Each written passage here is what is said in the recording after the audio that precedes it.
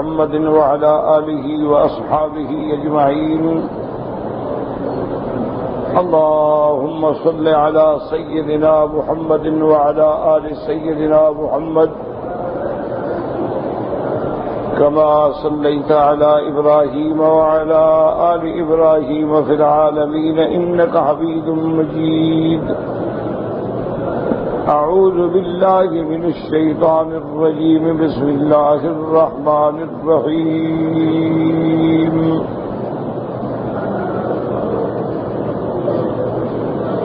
ترجي من تشاء منهن وتؤوي إليك من تشاء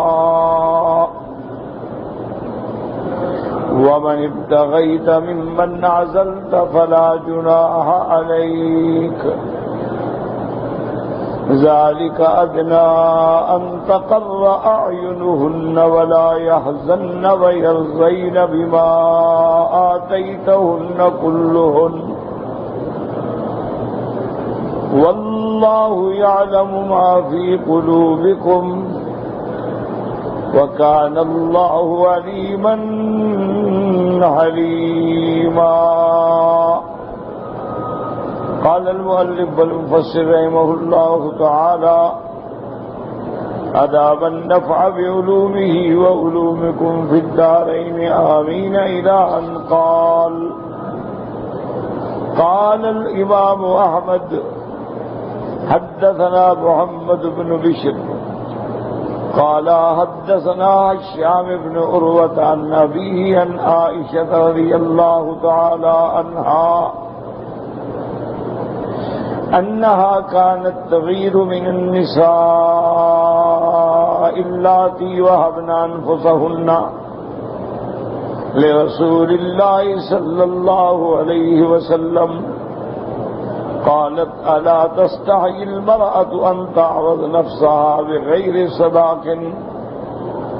فأنزل الله عز وجل: ترجي من تشاء منهن وتؤوي إليك من تشاء.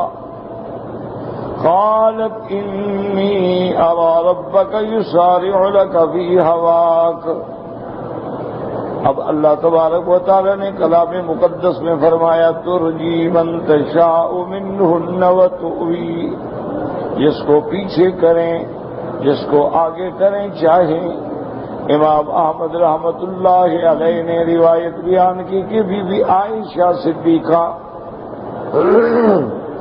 رضی اللہ تعالی عنہا فرماتی تھیں کہ جو عورتیں آ کر اپنے آپ کو حضور صلی اللہ علیہ وسلم پہ پیش کرتی ہیں اور وہ بھی بغیر کسی مہر کے، تو بی بی عائشہ فرماتی کہ مجھے بڑی غیرت آتی کہ الا تستحی المرأۃ، کیا عورت کو اتنی بھی حیا نہیں کہ اپنے آپ کو خود آ کے نکاح کے لیے پیش کرے اور وہ بھی بغیر مہر کے پیش کرے.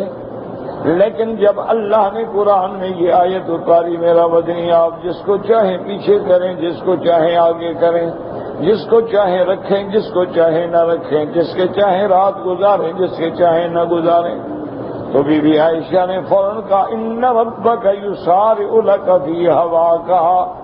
محمد مصطفیٰ معلوم ہوتا ہے کہ تیرا رب تیری خواہشوں کے ساتھ مہربانی فرماتے ہیں. کہ جیسے تیری تمنا اللہ نے اسی طرح آسان کر دیا ہے. تو اس لیے پھر بی بی صاحبہ خاموش ہو گئیں.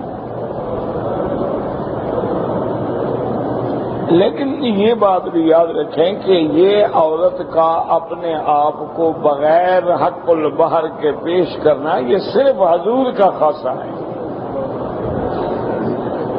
یعنی وَإِمْرَأَةٌ مُؤْمِنَةٌ إِن وَهَبَتْ نَفْسَهَا لِلنَّبِيِّ، یعنی اگر وہ اپنے آپ کو اللہ کے نبی پہ پیش کرے، اللہ کا نبی بھی چاہے اس کو اپنی بیوی بنانا تو بغیر کسی ولی کے، بغیر کسی شہود، بغیر کسی گواہ، بغیر کسی مہر کے بنا سکتی ہیں. خالصۃ لک من دون المؤمنین. اللہ نے فرمایا میرا مدنی یہ ہم نے صرف آپ کی ذات کے لیے رعایت کی ہے، لوگوں کے لیے یہ حکم نہیں ہے. تو اب اگر کوئی بیوی کوئی عورت اپنے آپ کو حضور پہ پیش کرے تو یہ اس سے بڑی بات کیا ہو سکتی؟ کون دنیا میں ایسی عورت ہوگی جس کی یہ تمنا نہ ہو کہ میرا وہ شوہر محمد مصطفیٰ ہو؟ اسی لیے ہے تو تاریخی بات، لیکن اللہ عالم حضرت حسن رضی اللہ تعالی عنہ بہت زیادہ شادیاں کرتے تھے.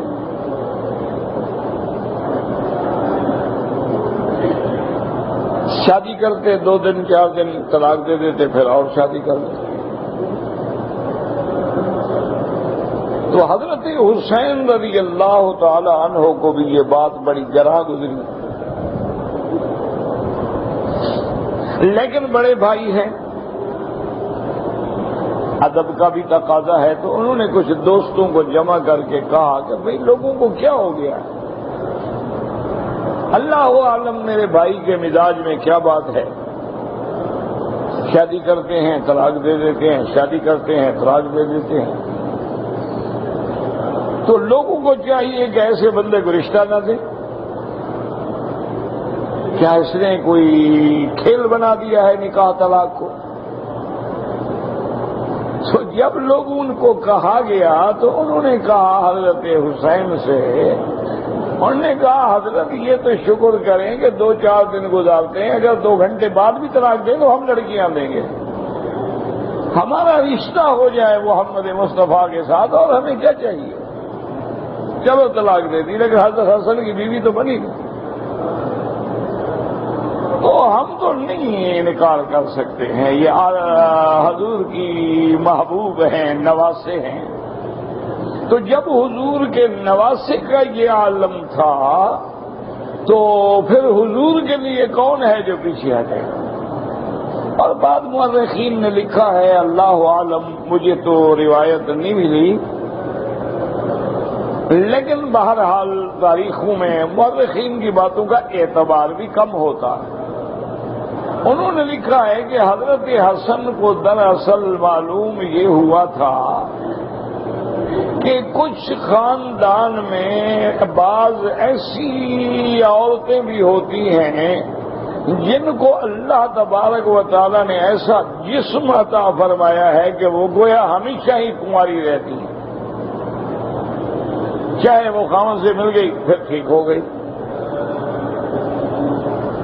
تو حضرت حسن کو دراصل اس بیوی کی تلاش تھی. تو بعد میں کہتے ہیں کہ حضرت حسین نے ان کو کہا کہ مجھے پتہ چلا ہے جس عورت کو تم ڈھونڈ رہے ہو تمہاری بھابھی میری بیوی بن چکی ہے، اپنا ڈھونڈو. تو پھر حضرت حسن نے شادی کرنا چھوڑ دیا.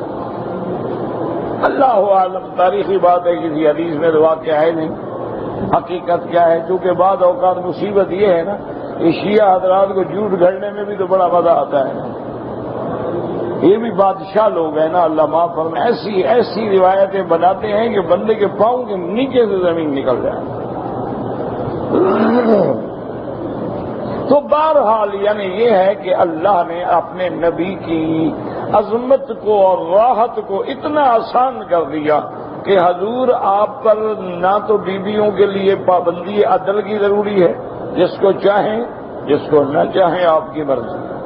اور یہ آپ کی صفت ہے کہ اگر کوئی عورت اپنے آپ کو پیش کرے اور آپ چاہتے ہوں تو نکاح کر رکھ لیں، بس اس کا پیش کرنا اور آپ کا قبول کرنا جو ہے وہ نکاح ہوگا. جیسے کہ بی بی زینب کا اللہ نے عرش سے حکم دے دیا کہ فلما قضا زید منها وطرا زوجناکها، اللہ نے فرمایا میرا مدنی ہم نے عرش سے آپ کا نکاح کر دیا. اب نہ خطبہ نہ گواہ نہ مہر نہ نکاح، حضور بی بی زینب کے ساتھ تشریف لے آئے. تو یہ شان محمد مصطفیٰ ہے. کبھی اللہ خود نکاح فرما دیتے ہیں، کبھی نبی کو اختیار دے دیتے ہیں کہ آپ کے لیے کسی نکاح کی بھی ضرورت نہیں، خطبے کی بھی ضرورت نہیں، گواہوں کی بھی ضرورت نہیں، ولی کی بھی ضرورت نہیں. لیکن کمال دیکھیں، اللہ نے حضور کو بیویوں میں عدل سے اجازت دے دی کہ جس بیوی کے پاس چاہے رہیں، جس کے پاس چاہے نہ رہیں، جس کو چاہیں بلا لیں، جس کو چاہے نہ بلائیں. لیکن حضور نے ساری زندگی عدل کیا. شان ہے نا شان والے کا کہ اللہ نے تو رعایت دے دی لیکن حضور نے فائدہ نہیں اٹھایا. اللہ نے تو رعایت دے دی کہ اگر کوئی عورت آپ کو پیش کرے تو آپ نکاح کر سکے، حضور نے کبھی قبول نہیں کیا. یعنی اگر ادھر سے کرم ہے تو ادھر سے بھی استحیا دیکھیں اور ادھر سے بھی عدل دیکھیں کہ حضور پاک نے ہمیشہ عدل کیا، اور اس کے بعد بھی دعا مانگتے رہے کہ اللہم انی اعدل فیما املک، میرا اللہ میں اپنی بیویوں میں عدل کرتا ہوں جو میرے ہاتھ میں ہے، لیکن دل تو تیرے ہاتھ میں ہے، اگر کسی عورت سے بیوی سے زیادہ محبت ہو تو میں کیا کر سکتا ہوں. یعنی اتنی احتیاط کا شان ہے نا. دینے والے کی بھی شان دیکھو اور لینے والے کی بھی شان دیکھو. دینے والے نے دریا بہا دیے، لینے والے نے دامن سمیٹ لیا ہی نہیں. یہ ہے شان. اللہ تبارک و تعالی نے سرکار دو عالم کو کیا شان بخشی.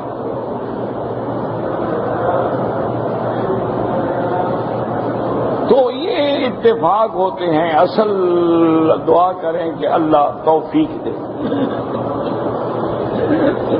اللہ تبارک و تعالی ہم سب کو، آپ کو، ہر کلمہ پڑھنے والے کو اپنے خزانے غیب سے عطا فرمائے. بس دعا کیا کریں، بندہ کسی کا محتاج نہ. اللہ اکبر. یہ بڑا امتحان ہوتا ہے، یہ معمولی بات نہیں ہے، بہت بڑا امتحان ہے. میں ایک دفعہ ایک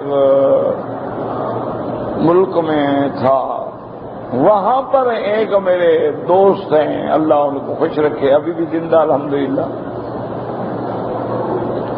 اللہ نے انہیں بے انتہا دولت سے بھی ماشاءاللہ اور دین سے بھی نوازا ہے. ماشاءاللہ گھر میں بھی دین ہے اور ماشاءاللہ ملٹی ملینئر قسم کا آدمی.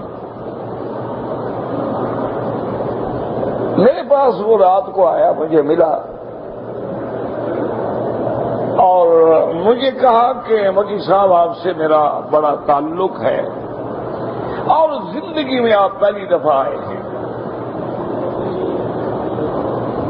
اب میں آپ کے لیے کیا لوں، کیا تحفہ، کیا ہدیہ، پتہ نہیں آپ کو پسند نہ ہو. اس نے اپنا ایک خاص کارڈ نکالا. اس نے کہا جی یہ کارڈ تو میرے پاس بہت ہیں،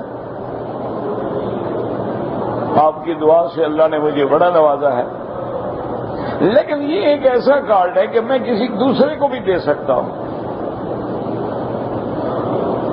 تو یہ کارڈ مہربانی کر کے آپ قبول کر لیں اور آپ اس پہ جو چاہیں لے لیں. ایک سوئی سے لے کر آپ ایک ہوائی جہاز تک بھی میرے کارڈ پہ خرید سکتے ہیں. بس اور میں کچھ نہیں کہہ سکتا. اپنی مرضی سے اپنے لیے، بچوں کے لیے جو چاہیں نا آپ اپنی مرضی سے شاپنگ کیا کریں، تاکہ مجھے پتا ہے آپ کو لیتے ہوئے احساس ہوگا. یہ خفیہ اپنی جیب میں رکھ لیں اور آرام ہے. ٹھیک ہے.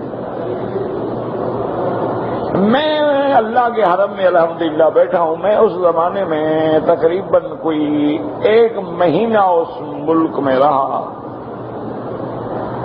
1 مہینے کے بعد جب میں نے وہاں سے روانہ ہونا تھا تو 1 دن پہلے میں نے اس کو بلا دیا. میں نے کہا بھی وہ اپنا کارڈ لے لو، وہ یہ بھول ہی نہ جائے، میں تو کل جا رہا ہوں. اور کہا ٹھیک ہے. اس نے کارڈ لے کے جیب میں رکھ دیا. صبح جب مجھے ایئرپورٹ پہ چھوڑنے آیا تو نے کہا مکی صاحب اس میں تو آپ نے 1 ریال کی بھی شاپنگ نہیں کی. یہ کیا مطلب؟ میں نے کہا آپ نے دے دیا، میں نے لے لیا، السلام علیکم، بس بات ختم. تمہاری محبت کی انتہا ہے کہ تم نے مجھے کھلے ہاتھ سے چیز دے دی. میں نے لے لی، بس السلام علیکم، ہدیہ تمہارا ہو گیا. انہوں نے کہا حضرت یہ تو پھر بڑا افسوس ہے مجھے، اس سے تو بہتر تھا میں کچھ چیزیں لے کے دے دیتا. میں نے کہا انشاءاللہ پھر جب دوبارہ آئیں گے نا پھر دیکھا جائے گا. تو اگر اللہ توفیق دے نا جی تو وہ پھر بیچارہ بڑا محسوس کیا اس نے اور اس کے آنسو نکل آئے. کہنے لگا وکی صاحب آپ نے میرا ہدیہ قبول کیا. میں نے کہا یار دنیا میں چھوڑو، ایک مولوی تو رہنے دو جو پیسے نہیں لیتا. چھوڑو ایسے باتوں کو یار، دینے والے تو بہت ہوتے ہیں. ابھی یہ 8 دن بھی نہیں گزرے ہیں.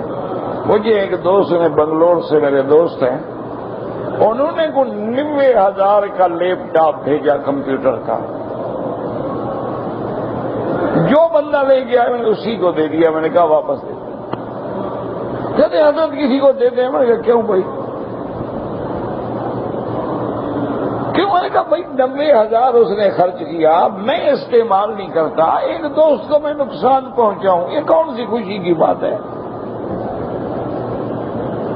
کہتا ہے جی وہ میرا مولوی بھائی ہے جو لے آیا تھا، کہنے کا مکی صاحب پہلا مولوی ہے جو چیز 90,000 کی واپس کر دے۔ میں نے کہا چلو تم رکھنا چاہتے ہو رکھ لو، میری طرف سے واپس آئے گی۔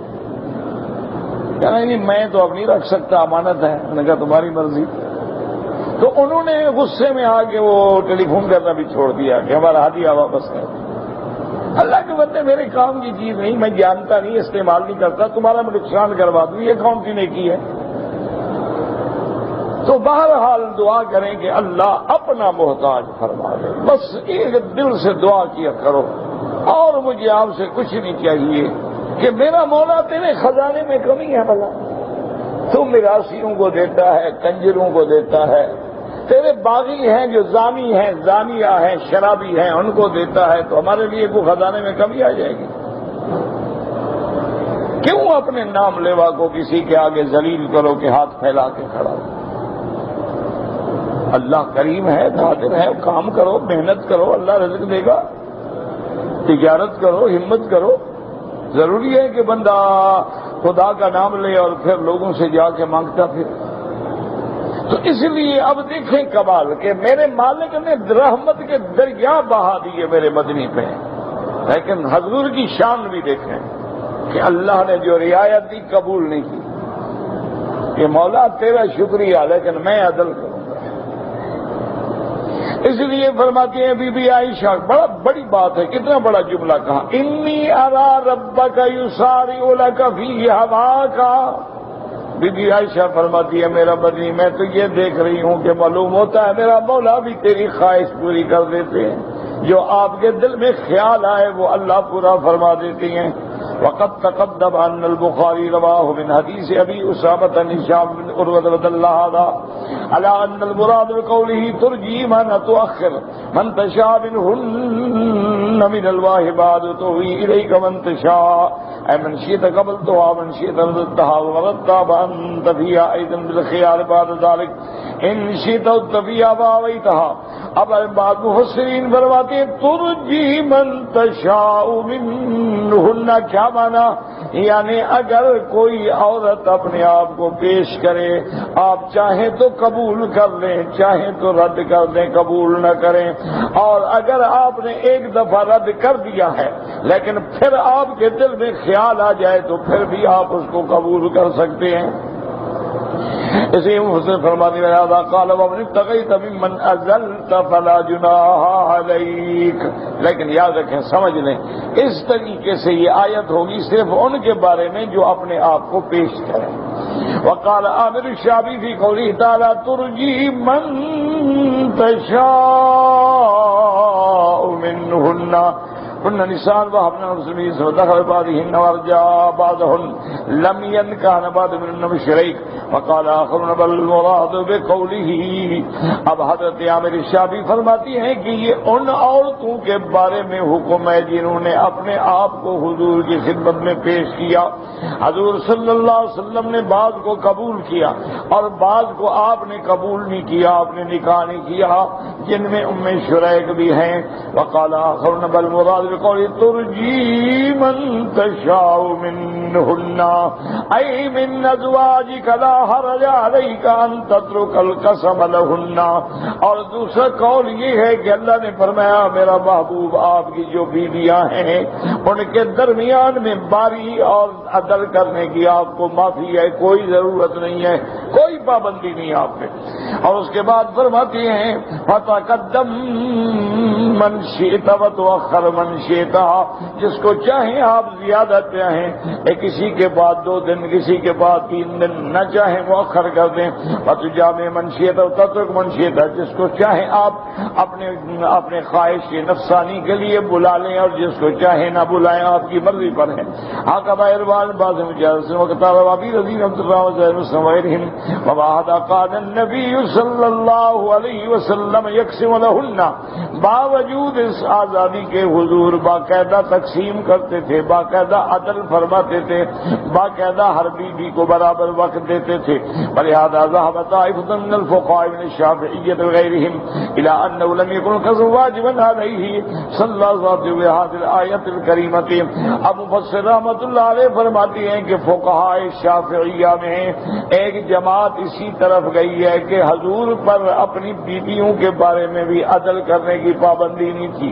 اللہ نے اجازت دی تھی، چاہے تو کسی کے پاس ایک رات گزاریں، چاہے تو 2 گزاریں، چاہے تو 3 گزاریں، چاہے تو کسی کو اپنے بستر کے لیے بلا لیں، چاہے تو نہ بلائیں، آپ کی مرضی ہے۔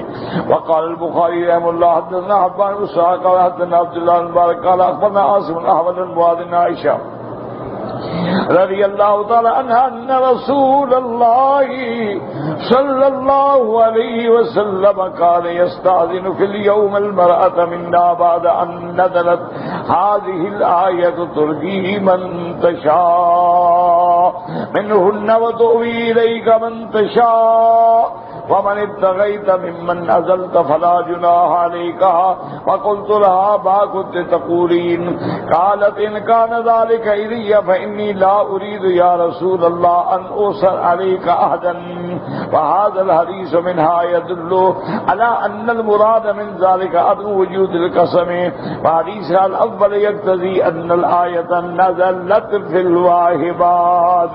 اب جناب فرماتی ہیں بی بی عائشہ سے روایت ہے کان یستاذن فی الیوم المرأۃ منا، حضور چاہتے تو آپ اذن طلب فرما لیتے کسی بیوی سے کہ میں آج اس کے پاس چلا جاؤں تو آپ اجازت لیتے تھے۔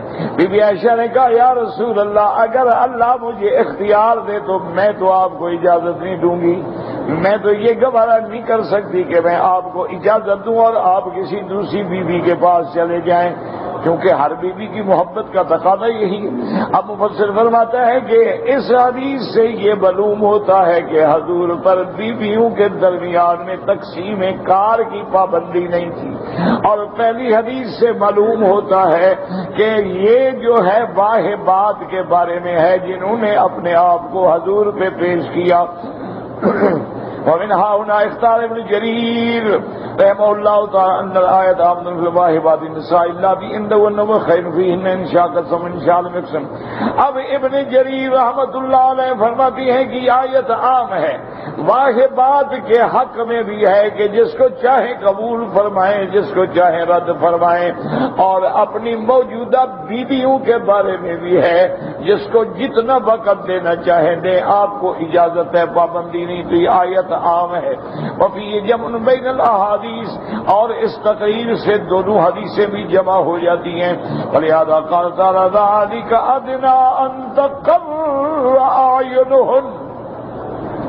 اعینہن ولا یحزن ویرضین بما آتیتہن کلہن، ای اذا علمن ان اللہ قد وضع عنک الحرج فی القسم فان شئت قسمت وان شئت لم تقسم لا جناح علیک فی ای ذلک فعلت ثم مع هذا ان تقسم لہن اختیارا منک لا انہ علی سبیل الوجوب فرحن بذلک واستبشرن به وحملن جمیلک فی ذلک واعترفن بمنتک علیہن فی قسمتک لہن وتصویتک بینہن وانصافک لہن وعدلک فیہن۔ اب مفسر رحمۃ اللہ علیہ فرماتی ہیں کہ اللہ نے فرمایا کہ یہ قریب ہے آپ کی بیویوں کے لیے آنکھوں کی ٹھنڈک بنے اور ان کے لیے رفع غم بنے اور ان کی رضا کا سبب ہوگا۔ کیوں؟ جب وہ جانتی ہیں کہ اللہ نے پابندی نہیں رکھی ہے آپ پر، آپ چاہیں تو وقت تقسیم کریں، چاہیں تو نہ تقسیم کریں، آپ چاہیں تو کسی کو بلائیں، آپ چاہیں تو کسی کو نہ بلائیں، اس آزادی کے باوجود جب آپ عدل کرتے ہیں، جب آپ انصاف کرتے ہیں تو ان کے سینے ٹھنڈے ہو جاتے ہیں کہ اللہ کے نبی پہ کوئی پابندی نہیں، لیکن اس کے باوجود دیکھو ہمارا کتنا خیال فرما رہے ہیں۔ وہ حمل جمیلہ کا، اور آپ کا یہ احسان ہے، اور آپ کے اس احسان کا وہ اعتراف کرتی ہیں کہ آپ مہربانی کر کے عدل فرماتے ہیں، ہر بیوی کے درمیان برابری فرماتے ہیں، بیویوں کے درمیان میں انصاف فرماتے ہیں، کبھی آپ نے بے انصافی نہیں فرمائی، نفقے میں، خرچہ دینے میں، وقت دینے میں، ہر مسلمان پہ شرط ہے، پابندی ہے کہ 2 بیویاں ہیں، 4 ہیں، برابر عدل کرے۔ حضور کو آزادی تھی لیکن آزادی کے باوجود بھی عدل فرماتے تھے، تو بیویوں کو خوشی ہوتی تھی کہ جب اللہ نے پابند بھی نہیں کیا ہے اس کے باوجود بھی حضور ہمارے ساتھ رعایت فرما رہے، تو یہ ان کی خوشی کا باعث تھا، یہ ان کی رضا کا باعث تھا۔ اس لیے فرماتے ہیں واللہ یعلم ما فی قلوبکم وَكَانَ اللَّهُ عَلِيمًا حَلِيمًا وَاللَّهُ يَعْلَمُ مَا فِي قُلُوبِكُم مِّنَ الْمَيْلِ إِلَىٰ بَعْضِهِنَّ دُونَ بَعْضٍ مِّمَّا لَا يُمْكِنُ دَفْعُهُ، جو تمہارے دلوں میں ہے اللہ جانتے ہیں۔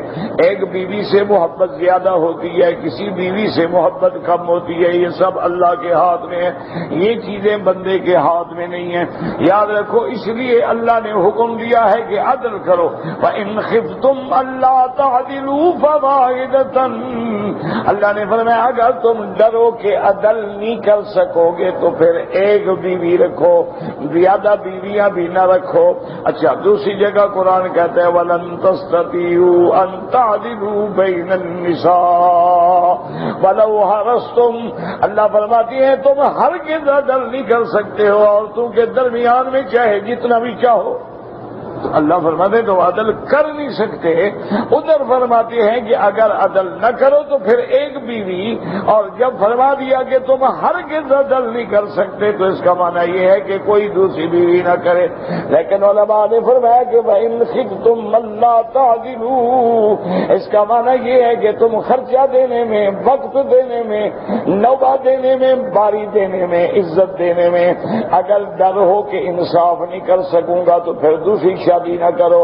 جہاں تک دل کی بات ہے وہ تو تم عدل کر ہی نہیں سکتے ہو، چونکہ دل اللہ کے ہاتھ میں ہے، کسی کی طرف میلان زیادہ ہوتا ہے، کسی کی طرف میلان کم ہوتا ہے، اس پہ اللہ نہیں پکڑیں گے، لیکن جو معاملہ تیرے ہاتھ میں ہے اس میں پکڑیں گے کہ ایک بیوی بیاض ایک دن ہے تو اس کے بعد ایک دن، اس کے بعد 2 دن تو اس کے بعد بھی 2 دن، اس کے بعد اگر 4 دن ہے اس کے بعد بھی 4 دن، ایک ہی قسم کا کپڑا، ایک ہی قیمت کا کپڑا۔ ہاں یہ الگ بات ہے، ایک بیوی کو ایک رنگ پسند ہے، ایک اور رنگ پسند ہے، لیکن قیمت برابر۔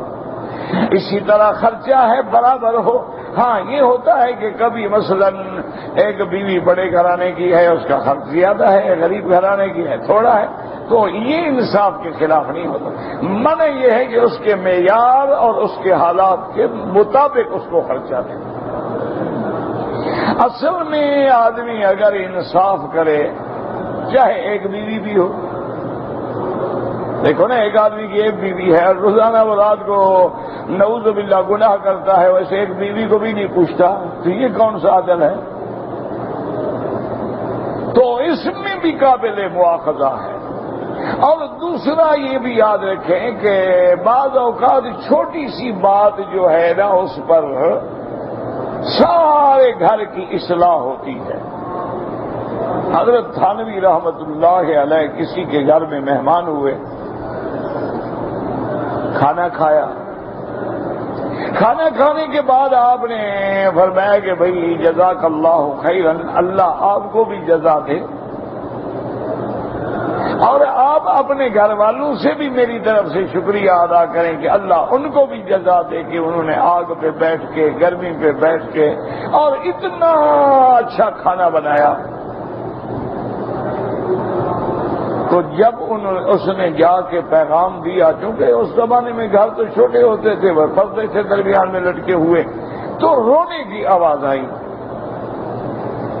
اس نے فرمایا کہ بھائی کیا بات ہے؟ تو اندر سے اس کی بیوی رو پڑی، اس نے کہا حضرت آپ میرے باپ کی جگہ ہیں، اس شریف آدمی کے گھر میں مجھے 15 سال ہو گئے، اس نے تو ایک دن بھی نہیں کہا کہ تم نے کھانا اچھا بنایا۔ اللہ آپ کو جزائے خیر دے کہ آپ نے میرے کھانے کی تعریف فرما دی۔ آپ نے میری محنت کو قبول فرمایا. تو ایک چھوٹی سی بات ہوتی ہے، اگر اتنا کہہ دے عورت کا دل کتنا بڑا ہو جاتا ہے کہ آج آپ نے ماشاءاللہ جی آپ نے بہت اچھا کھانا بنایا، آج آپ نے ماشاءاللہ بڑا ٹیسٹ تھا، بہت اچھی بریانی تھی، بڑے اچھے کوفتے تھے، بڑی خستہ بنی ہوئی چیز تھی. بھئی آپ نے تو کمال کر دیا ہے، آپ کے ہاتھوں میں تو پتہ نہیں اللہ نے جادو، بس عورت خوش ہو گئی. لیکن ہماری مصیبت یہ ہے دوسروں کی عورتیں ہوں تو ان کے آگے تو بڑے نیاز مند بنتے ہیں، اپنی عورت کے آگے وردی میں ہوتے ہیں. دوسری کی عورت مل گیا نا وہاں بڑا ادب بگاڑتے ہیں تاکہ پتہ لگے کہ یہ شریف آدمی ہے. غیروں کے لیے شریف اور گھر کے لیے کمینہ، اس سے برا آدمی دنیا میں نہیں ہوتا. سرکار دو عالم کا فرمان ہے خیرکم خیرکم لأہلہ وأنا خیر لأہلی. حضور نے فرمایا تم میں بہتر بندہ وہ ہے جو اپنے گھر والوں کے لیے بہتر ہو. اسی لیے علماء نے ایک نقطہ لکھا ہے، یاد رکھو کہ سرکار دو عالم میں جب جبریل آئے، وحی آئی، تو سب سے پہلے بی بی خدیجہ کے پاس آیا.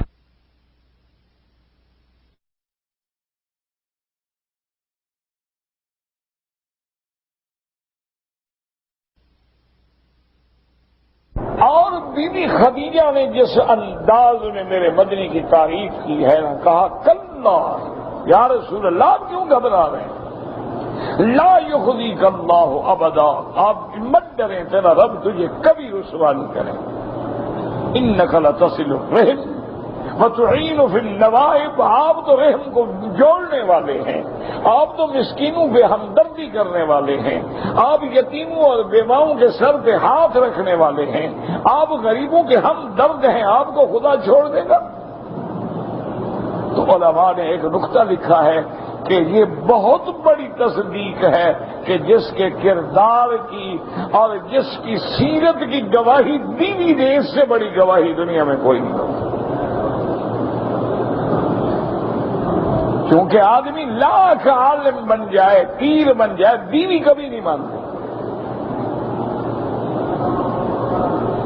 بالکل سوال ہی پیدا نہیں ہوتا. کہتے ہیں نا ایک پیر تھا، اس نے اپنی بیوی کو بڑی بزرگیاں، بڑی کرامتیں دکھائیں، وہ بھی نہ مانے.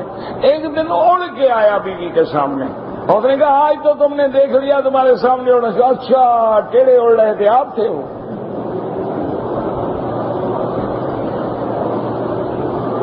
تو اس لیے علماء نے لکھا ہے کہ آدمی لاکھ پیری کے آخری مقام پہ پہنچ جائے، بیوی نہیں مرید ہو. اچھا کبھی آپ نے دیکھا ہے بیوی نے اپنے خاوند کی بیعت کی ہو؟ ایک مجھے مرید دکھا دے، ایک. ساری دنیا بیعت ہو جاتی ہے، بیوی کیوں نہیں ہوتی؟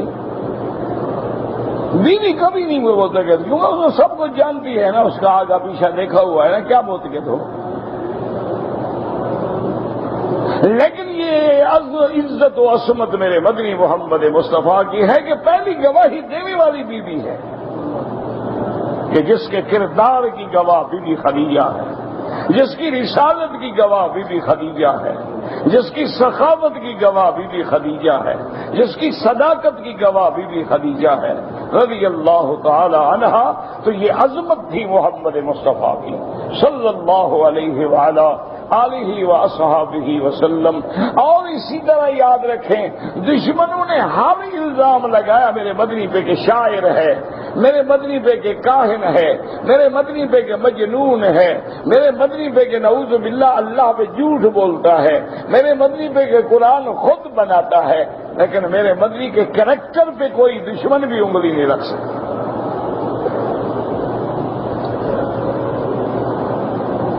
ورنہ ابو جہل خاموش رہتا،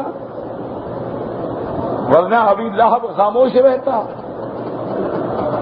اس لیے ضروری ہے کہ جو عالم ہو، جو پیر ہو، جو شیخ ہو، جو مقتدا ہو، جو امام ہو، اس کو اپنے کردار کا فکر کرنا چاہیے کہ اگر اس کے کردار پہ حرف آ گیا تو سمجھو لوگ دین سے بدن ہو جاتے ہیں. کہتے ہیں جب مولویوں کا یہ حال ہے چھوڑو یار، ہم نے کیا پھر دین اختیار کرنا. جب پیروں کا یہ حال ہے کہ چون خلوت میں روندہ کار دیگر میں کنند، لوگوں کے سامنے بڑے مراقبے ہوتے ہیں، ہر کمرے میں بیٹھ کے پتہ نہیں کیا کیا کرتے ہیں، لوگوں کے سامنے حضرت 2 لقمے اٹھا کے بیٹھ جائیں گے، پتہ لگے حضرت کھاتے ہی نہیں، گھر بیٹھ کے 10 کلو کھا جاتے ہیں۔ نتیجہ یہ نہیں نکلتا کہ لوگ مکی سے بدن ہوگا، لوگ دین سے بدن، علماء سے بدن۔ اگر تم علماء کی عزت نہیں بڑھا سکتے ہو تو گھٹاؤ بھی نہیں، اگر ان کی شان میں تم اضافہ نہیں کر سکتے ہو ان کی شان میں کبھی کمی نہ کرو۔ اور جس کے سینے میں اللہ نے قرآن کا علم رکھا ہے وہ ساری دنیا کے بڑے لوگوں سے بڑا ہے۔ اللہ فرماتے ہیں میرے بندے اگر تیری شان نہ ہوتی تو میں اپنی امانت تیرے پاس رکھ دیتا، تم اپنی امانتیں ڈھونڈ کے رکھتے ہو، میں نے جو اپنی امانت تیرے سینے میں رکھی ہے تمہیں اس کی قدر نہیں ہے۔ اسی لیے یاد رکھیں فقہا نے لکھا ہے کہ عالم ہو، قرآن و حدیث کے پڑھنے پڑھانے والا ہو، اگر کسی بڑے آدمی کے سامنے اپنے آپ کو گھٹیا سمجھے تو اللہ اس پہ اتنے ناراض ہو جاتے ہیں کہ وہ علم سے محروم ہو سکتا ہے۔ کہ میں نے تمہیں علم دیا ہے، یہ بڑا آدمی ہوتا رہے، اس کو تو میں نے ایک آیت بھی نہیں دی، اس کو تو میں نے ایک سورت بھی نہیں دی، تیرے سینے میں نے 30 پارے رکھے، میں نے ان کی تفسیر رکھی ہے، حدیث کی تفسیر رکھی ہے، تم اگر میرے نہ ہوتے تو میں اپنی امانتیں تجھے دیتا، تم نے بھی کبھی دشمن کو امانت دی ہے؟ پھر بھی آدمی قدر نہ کرے تو پھر اس جیسا نہ قدرہ دنیا میں بھی کوئی نہیں ہے۔ اس کے بعد یہاں فرماتی ہیں وَقَوْلُهُ تَعَالَى وَاللَّهُ يَعْلَمُ مَا فِي قُلُوبِكُمْ، دلوں کا حال جو ہے وہ اللہ کے پاس ہے، جیسے حدیث میں آتا ہے ان عائشہ قالت کان رسول اللہ صلی اللہ علیہ وسلم یقسم بین نسائه فیعدل، میرے مدنی پاک رحمت دو عالم بیویوں کے درمیان میں عدل فرماتے تھے، انصاف فرماتے تھے، ثم یقول اللہم ھذا فعلی فیما املک، یا اللہ یہ میرا عدل انصاف، یہ میرا فعل وہ ہے جو میرے ہاتھ میں ہے، فلا تم تلمنی فیما تملک ولا املک، اللہ مجھے اس معاملے میں نہ پکڑنا جو تیرے ہاتھ میں ہے میرے ہاتھ میں نہیں ہے، دل تیرے ہاتھ میں ہے، محبت تیرے ہاتھ میں ہے، نفرت تیرے ہاتھ میں ہے، دلوں کا پھیرنا تیرے ہاتھ میں ہے، ہدایت تیرے ہاتھ میں ہے، جدھر چاہے دلوں کو تو پھیر دے وہ کسی بندے کے ہاتھ میں نہیں ہے۔ فرواہ آل سندر بدن حدیث ہمباد نے سنت ابو داؤد بعد قولی فلا تلمنی فیما تملک ولا املک، یعنی القلب و اسنادہ صحیح ورجالہ کلہم ثقات، حضور فرماتے کہ جو میرے ہاتھ میں نہیں، یعنی دل کا معاملہ تیرے ہاتھ میں ہے، فلہذا قبضار کوئی کا وکان اللہ علیما حلیما، وکان اللہ علیما بذمائر السرائر، اللہ جاننے والے ہیں، تیرے دلوں کا بھید بھی جانتے ہیں، تیرے دماغ کو بھی جانتے ہیں، تیرے افکار کو بھی جانتے ہیں، تیرے بھیدوں کو بھی جانتے ہیں، حلیمن یا حلم، حلم والے ہیں، حوصلے والے ہیں، وَيَغْفِرْ، اللہ اپنے حلم سے معافی دے دیتے ہیں، تمہیں پکڑتے نہیں ہیں۔ اگر اللہ تبارک و تعالی ہمیں ہمارے ہر گناہ پہ پکڑنا شروع کریں تو پھر کوئی بندہ زندہ بھی نہیں رہ سکتا، اس لیے اللہ فرماتے وَلَوْ يُؤَاخِذُ اللَّهُ النَّاسَ بِمَا كَسَبُوا مَا تَرَكَ عَلَى ظَهْرِهَا مِن دَابَّةٍ، اللہ فرماتے ہیں میرے بندے اگر میں تجھے ہر گناہ پہ پکڑنا شروع کر دوں تو زمین پہ کوئی چلتا پھرتا بھی نظر نہ آئے، یہ تو میری مرضی ہے کہ میں معاف کر دیتا ہوں، معاف کر دیتا ہوں، معاف کر دیتا ہوں، لیکن جب تو حد سے بڑھ جاتا ہے تو پھر اپنی پکڑ کا بھی نمونہ دکھا دیتا ہوں۔ ان بطش ربک لشدید انہ ھو یبدئ ویعید، اللہ تبارک و تعالیٰ کی پکڑ پھر ایسی سخت ہے کہ اس کی پکڑ کا کوئی مقابلہ نہیں کر سکتا۔ تو اس لیے ہمیشہ یاد رکھیں کہ اللہ تبارک و تعالیٰ کے احکام پہ عمل کیا کریں اور ہر وقت اللہ سے معافی مانگا کریں۔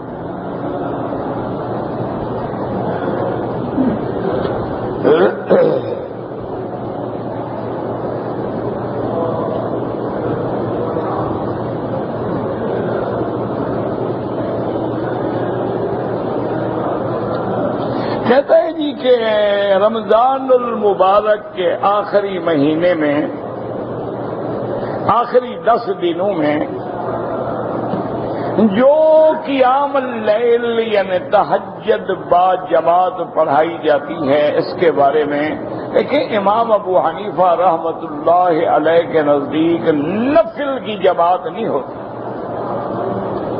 وہ کہتے ہیں کہ نفل کا فلسفہ یہ ہے کہ ہر بندہ الگ پڑھے، علیحدہ پڑھے، گھر میں پڑھے، ایسے مقام پہ پڑھے کہ جس کو کوئی نہ دیکھے۔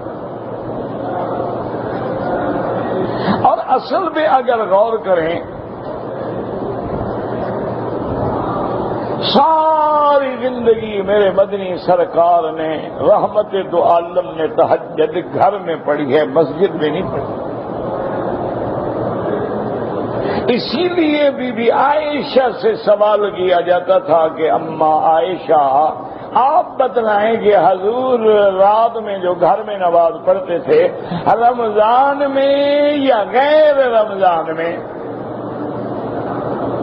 اسی وجہ سے ہمارے بعض بھائی جو ہے نا وہ رمضان میں بھی 8 تراویح پڑھتے ہیں۔ وہ کہتے ہیں حدیث ہے کہ بی بی نے فرمایا کہ حضور 8 رکعت پڑھتے تھے رمضان ہو یا غیر رمضان ہو،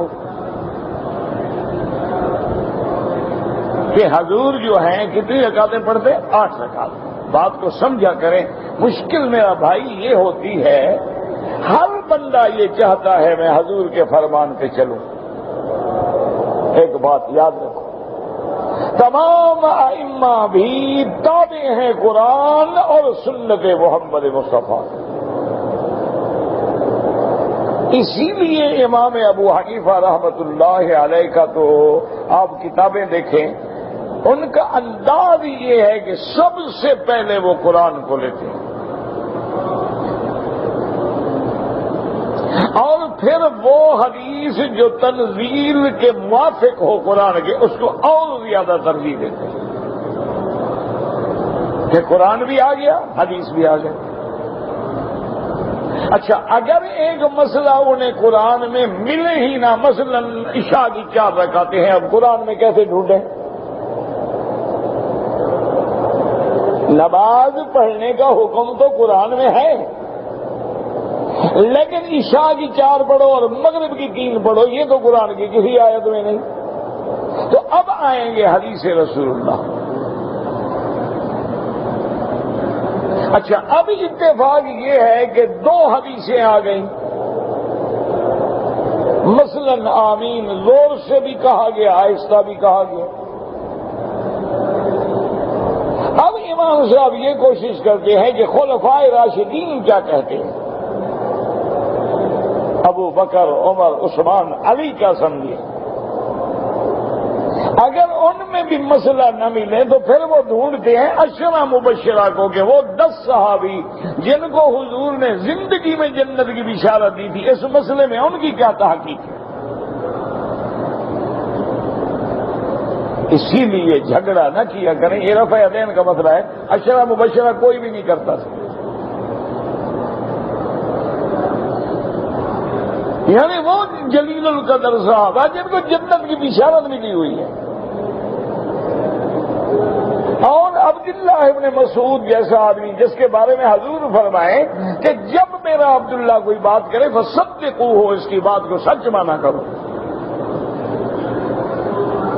اور جس کے بارے میں حضور نے فرمایا انی رضیت ہوں، میں ہر اس مسئلے پہ راضی ہوں جو عبداللہ ابن مسعود بیان کریں، وہ نہیں کرتے۔ تو مسئلہ سمجھا کریں، خدا ہمیں آپ کو سب کو اصل سب کا قرآن و سنت ہے۔ اللہ ہمیں قیامت تک قرآن و سنت پہ چلنے کی توفیق دے۔ اسی لیے قرآن، سنت، اجماع امت اور اس کے بعد قیاس۔ اب یہی حدیث مبارک دیکھ لیں کہ صحابہ نے پوچھا کہ اما حضور بعد قیام اللیل میں کتنی نماز رکعتیں پڑھتے تھے؟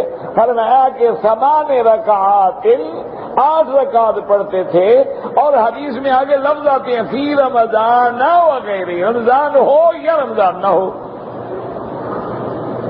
تو اس وجہ سے میرے بعض بھائیوں نے، دوستوں نے، علماء نے تراویح کو بھی 8 رکعت میں بند کر دیا کہ حضور تو رمضان ہو یا غیر رمضان 8 رکعت ہی پڑھتے تھے۔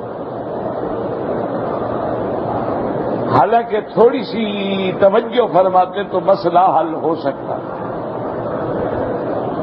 کہ اگر مسئلہ پوچھنا تھا تراویح کے بارے میں تو بی بی عائشہ سے پوچھنے کی کیا ضرورت ہے؟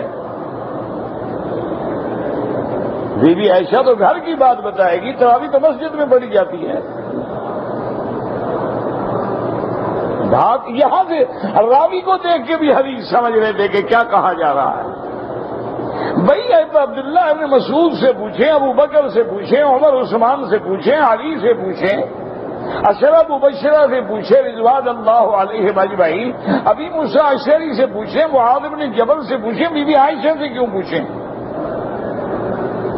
تو معلوم ہوا کہ یہ مسجد کی بات نہیں، یہ کوئی گھر کی بات ہے جو بی بی عائشہ سے پوچھی جا رہی ہے۔ اور پھر آگے بی بی عائشہ نے وضاحت بھی فرما دی، کہا کان یصلی اربعا فلا تسأل عن حسنہن وطولہن، فرمایا میرے بیٹے حضور 4 رکعت کر کے 8 رکعتیں پڑھتے تھے، اور حضور کی نماز، آپ کا پڑھنا، آپ کا قنوت، نماز کا جمال حسن کیا پوچھتے ہو؟ کون محمد جیسی نماز پڑھ سکتا ہے صلی اللہ علیہ وسلم؟ اب کیا آ گیا، حضور کتنی رکعتیں پڑھتے تھے؟ 8، اور 8 رکعتوں کو کیا 4 کر کے، تو تراویح تو 4 کر کے پڑھی ہی نہیں جاتی، وہ تو 2 رکعت پڑھی جاتی ہے۔ تو معلوم ہوا یہ تراویح کا مسئلہ نہیں، تہجد کا مسئلہ ہے۔ حدیث کو سمجھا کریں۔ تو اس لیے اب یہ ہے کہ امام صاحب فرماتے ہیں کہ چونکہ تہجد بھی نافلۃ لک، اور اللہ قرآن میں کہتے ہیں قم اللیل الا قلیلا نصفہ او انقص منہ قلیلا او زد علیہ ورتل القرآن ترتیلا۔ اللہ فرماتے ان ناشئۃ اللیل ہی اشد وطئا واقوم قیلا ان لک فی النہار سبحا طویلا۔ فرماتے ہیں تہجد کا تو تعلق گھر سے ہے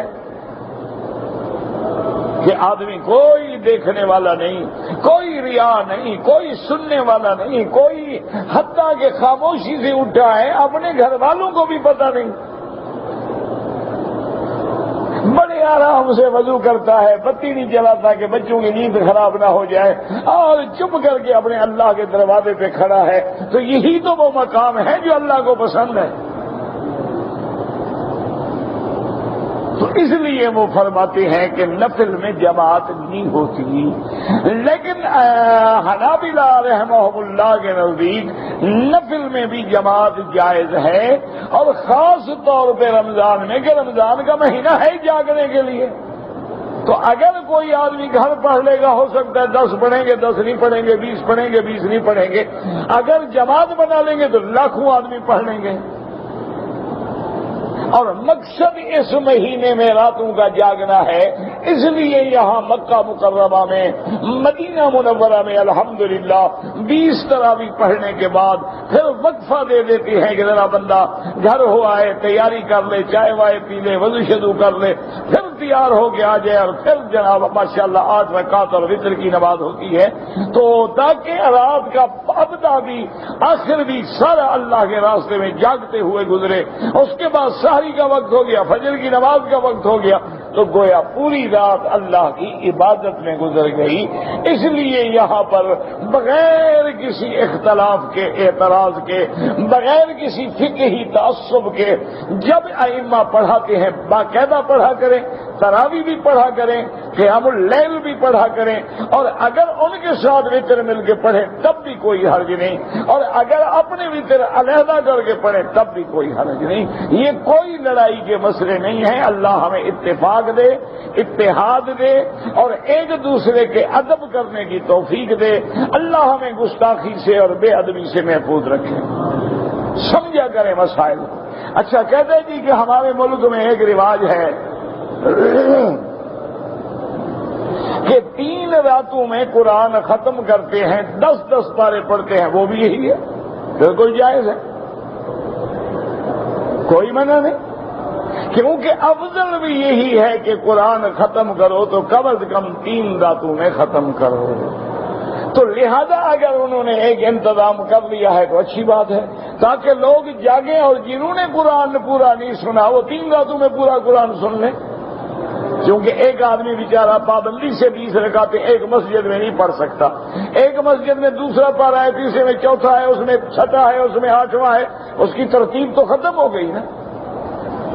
اس لیے پھر اہتمام کر دیتے ہیں، کہیں 6 راتوں میں ختم ہے، کہیں 3 راتوں میں ختم ہے، کہیں 10 راتوں میں ختم ہے، تاکہ ہر مسلمان کو پورا قرآن سننے کا موقع مل جائے اور پورا ختم سننے کا موقع مل جائے، اور اس کی عبادت رمضان کی راتوں میں جتنا زیادہ سے زیادہ ہو سکے ہو جائے. کیونکہ حضور نے فرمایا یہ راتیں قیام کے لیے ہیں، دن سیام کے لیے ہیں. دن سوتے میں نہ گزار دینا، راتیں کھیل میں نہ گزار دینا. ٹیلی ویژن پہ ڈرامے، تماشے، لیپ ٹاپ، انٹرنیٹ، سب بکواس بند کر دو. یہ مہینہ آ رہا ہے اور یہ اللہ کی طرف سے مہمان ہے، اس کو راضی کرو گے تو پھر جنت کے دروازے کھل جائیں.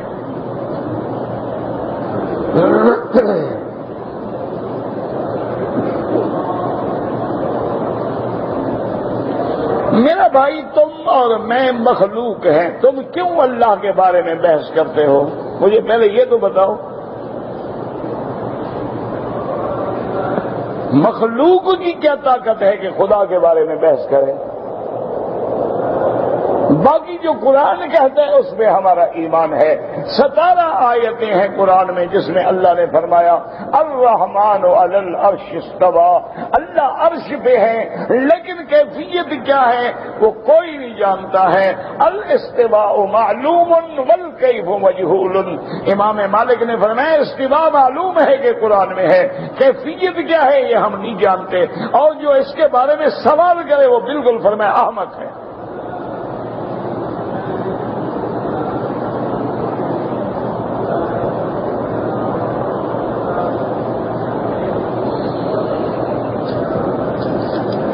جتنا قرآن نے فرما دیا بس ہمارا ایمان ہے.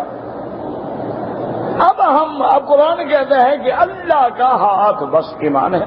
اب ہم بحث کریں جناب ہاتھ کتنا بڑا ہے، انگلیاں کتنی ہیں، پتلی ہیں، موٹی ہیں، تو کافر ہو جاؤ گے.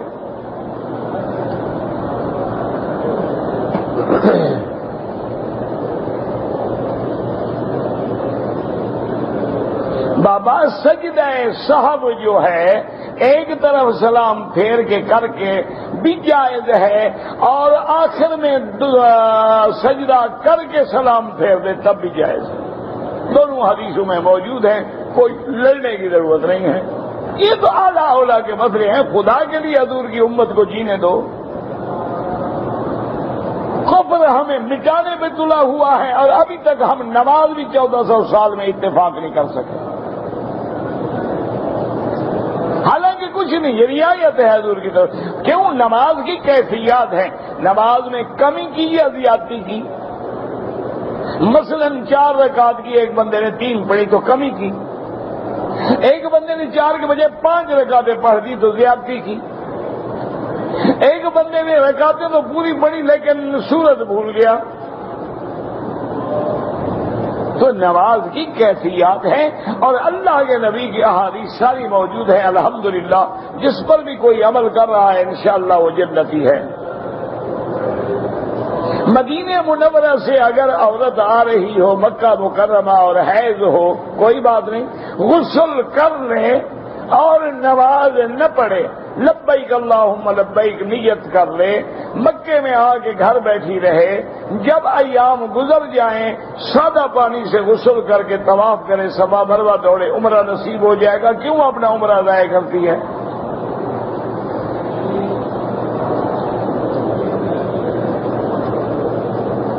کہتے تھے کہ جب عمرے کے بعد ہم جاتے ہیں بال بنانے کے لیے تو یہاں پر جو حجام ہیں بال بنانے والے وہ خوشبودار شیمپو ڈالتے ہیں، وہ بالکل حرام ہے.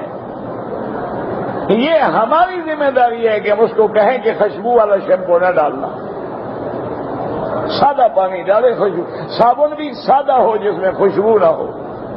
ایسے بہرحال ہم نے دیکھا ہے بڑا خیال کرتے ہیں. تم کسی ایسی دکان پہ گئے ہوگے جس کے بعد حاجی عمرے والے کم آتے ہوں گے, وہ بیچارہ اس کے بعد وہی شیمپو ہوگی.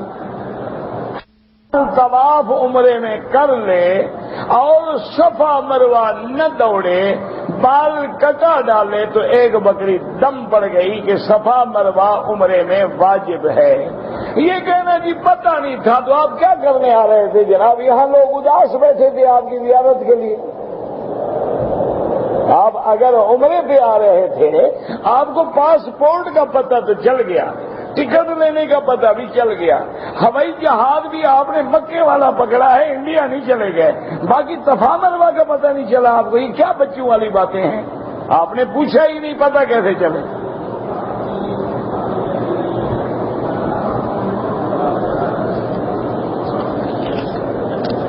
عمرے پہ آئے ہو, پہلے دین پڑھو, کتابیں پڑھو, عمرہ سیکھو.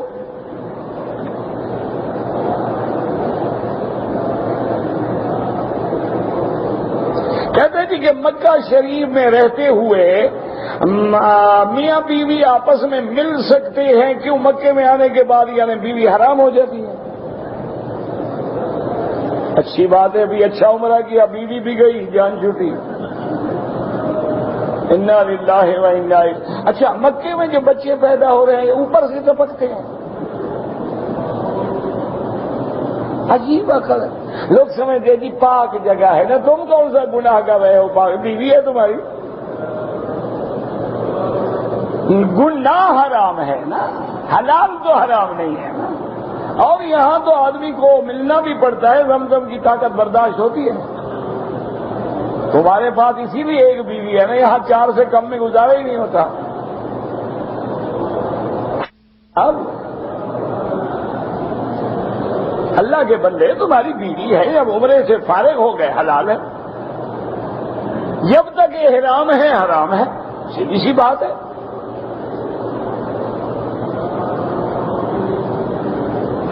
اب طائف گئے اور میقات سے احرام نہیں باندھا تو آپ پہ دم پڑ گیا, یا آسان حل یہ ہے ایک دفعہ پھر وہاں چلے جاؤ, عمرہ کر لو,